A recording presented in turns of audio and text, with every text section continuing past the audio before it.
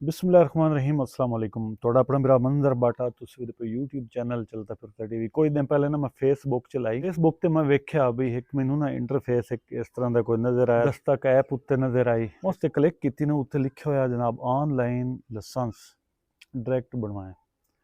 मतलब direct HTV, direct PSV, direct LTV। मैं बड़ा डड होया, खुश होया, किसी का भला करिए। असी भी हले मेरे नाल एक ड्राइवर बैठा, उन मैं आख्या भी HTV लाइसेंस बनवानी, ओदे नाल ही साल एक रंदा, साल तो बाद ओने दा कानूनी तौर ते बनना लाइसेंस। LTV ओदे कोल हा, वो बड़ा खुश होया सके जी मैं बनवावना। मैं आख्या रब्बा जा ऑनलाइन बनदे पैन भी। मैं आख्या हो सकदा है को हुकूमत दी पॉलिसी को स्कीम आ गई उसी भी डायरैक्ट HTV लाइसेंस ऑनलाइन बन जाता। उसी ओपन की ना, इस तरह का कुछ इंटरफेस आया। ड्राइविंग लाइसेंस ऑनलाइन बनाएं, ऑनलाइन दरख्वास्त दें, ऑनलाइन फीस अदा करें, लाइसेंस घर बैठे हासिल करें। ड्राइविंग लाइसेंस हासिल करने के लिए आसान मराहल उत्ते लिखी गया। कुछ इस तरह उत्ते लिखे हुआ आया, घर बैठे ऑनलाइन ड्राइविंग लाइसेंस के लिए दरख्वास्त दें, दरख्वास्त जमा करवाने के बाद फीस ऑनलाइन अदा करें। किसी किस्म का ड्राइविंग टेस्ट देने की ज़रूरत नहीं है। दरख्वास्त की तस्दीक मुकम्मल होने के बाद ड्राइविंग लाइसेंस आपके दिए गए पते पर कुरियर के ज़रिए महफूज तरीके से पहुँचा दिया जाएगा। बड़ा खुश हुआ मैं जनाब ने अप्लाई ड्राइविंग लाइसेंस कर दिता। उस तो बाद ना इस तरह को लिखे हुआ नज़र आया, अपना नाम लिखें, शनाख्ती कार्ड नंबर लिखें, वालिद का नाम लिखें, अपना मोबाइल नंबर लिखें, एमरजेंसी नंबर लिखें।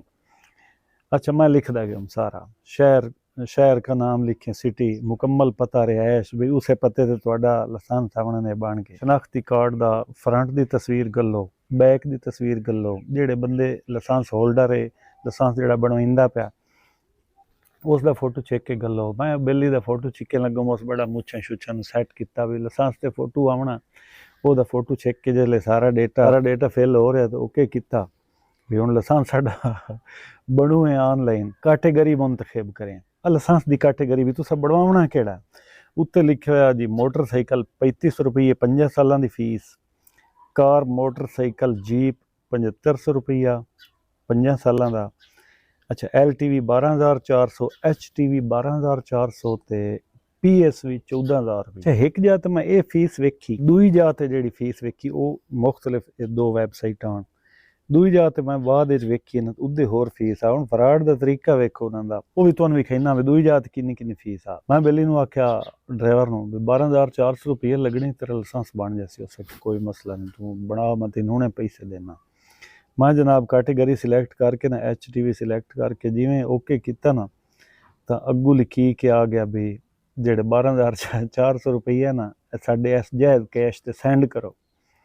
जिले इस तरह सेंड करन दा अगू मैं वेख्या ना, मैं यार ये तो फ्रॉड है, इस तरह तो नहीं होंदा। ऑनलाइन अगर फीस तारनी भी होवे तो PISD कोड होंदा है, वो जनाब तुसी अपनी E-पे जी ऐप होंगी उतों या किसी ईजी पैसे वाले को आप ईजी पैसे तुसी वो ला के ना PISD कोड तुसी वो पे कर सकते हो। इन तो नहीं होंदा भी किसी के नंबर ते फीस गली है, इन नहीं होंदा। उतों ही तसली होगी भी ये फ्रॉड है। मैं आख्या बेलिया ये फ्रॉड है, माजरत। मैं ये एक नंबर काम कोई नहीं। मतलब 12,400 का धोखा हुआ मेरे नाल, असी ठगी हुआ से दोवें जने रल के ते बच गया से।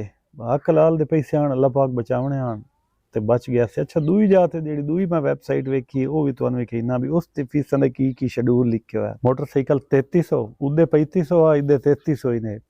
अच्छा कार मोटरसाइकिल जीप 7500 रुपया, LTV 12,400, HTV 12,400 ते PSV 22,500, उदे 15,000 आ, इदे 22,500 ही ने।